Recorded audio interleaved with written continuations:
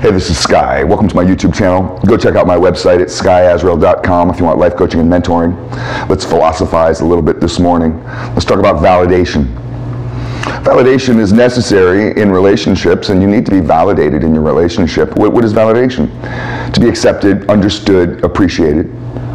And that's important for you to do that with your significant other or your friends, and for them to do that with you. And if you don't feel accepted, appreciated, and understood, very oftentimes we want to just exit the relationship. What am I even doing this for?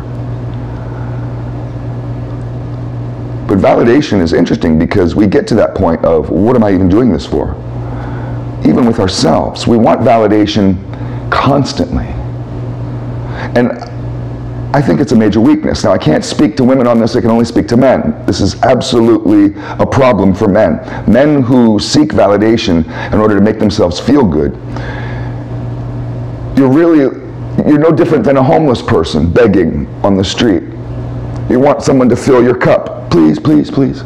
Please, please, can you help me, please, please? And if other people don't fill up your cup with love, because we can transfer the word validation to love, if people aren't giving you the type of love that you want, that you desire, that you feel like you need, a lot of people can slip into a depression. They can become angry, bitter, resentful. And you may land on the same question that's often landed on when you're not feeling validated, and that is, what am I doing this for? That's a hard conversation to have with yourself. It's one thing if you're having that conversation with your wife and you're telling her, look, I work 16 hours a week. What the fuck am I doing that shit for? You don't seem to even care. You're going to go behind my back and spend all my money and treat me like a douchebag. What am I even doing this for? But when you're having this conversation with yourself inside your own head, and you find this need, this childlike weakness of looking at mommy and daddy for validation. Am I doing a good job, mommy? Am I doing it right, daddy? And daddy says, yes, son, you're doing it good. Good job, son, good job.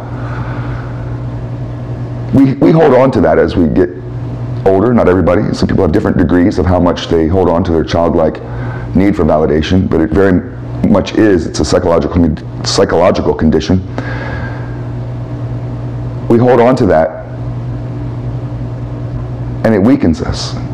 Because first of all, you propose this notion in your own brain that you don't have. When you want, you're proposing this idea that you don't have. I want money, says in that statement, says I don't have money. And when you don't have money, you want it. And you're in this place of want.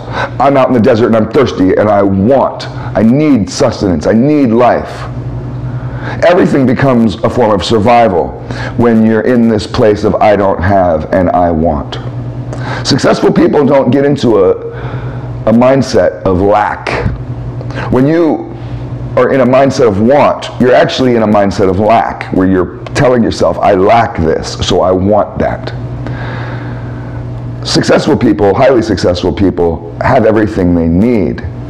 And wants are usually just weaknesses.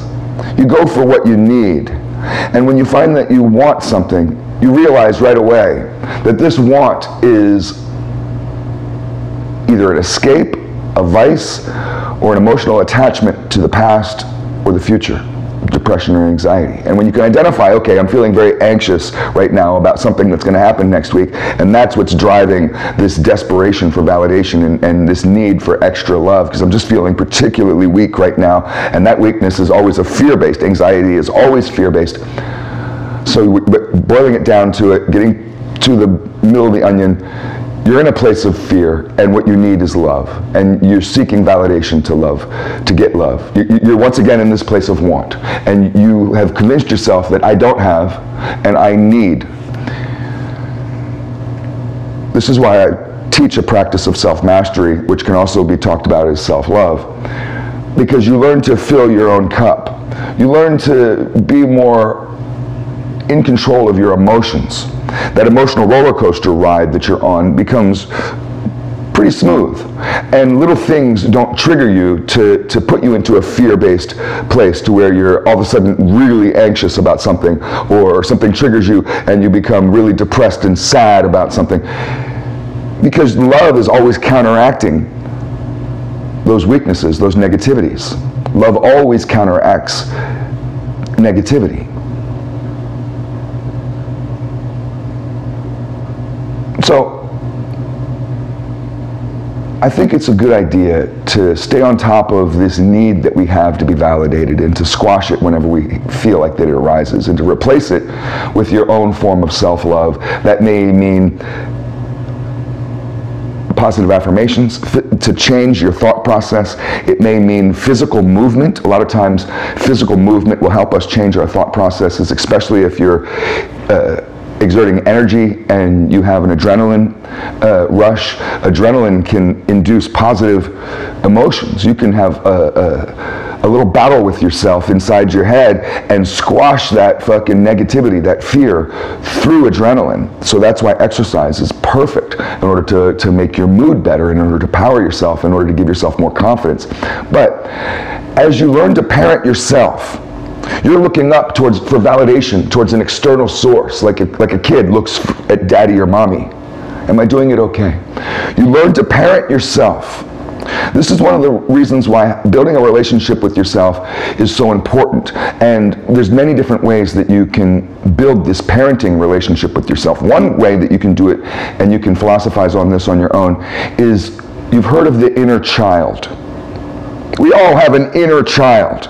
And there's a visualization technique that you can go through in order to find that inner child, and you can build a relationship, if you haven't already done this, with that inner child. It's you. It's the younger version of you. It's a really fascinating thought experiment to go through. And when you find that inner child, what you do is you help parent them and help guide them and help them become stronger. So this is a form of self-mastery, of warriorship, and you're becoming more self-sufficient. You're learning to love yourself. You're learning to find that voice inside of you that needs so much external help, and you're filling that cup up from within. You do this enough and you overflow with love. Your whole aura changes. You radiate with an energy, and people are drawn to you. What you also find is that you never really need validation from others again.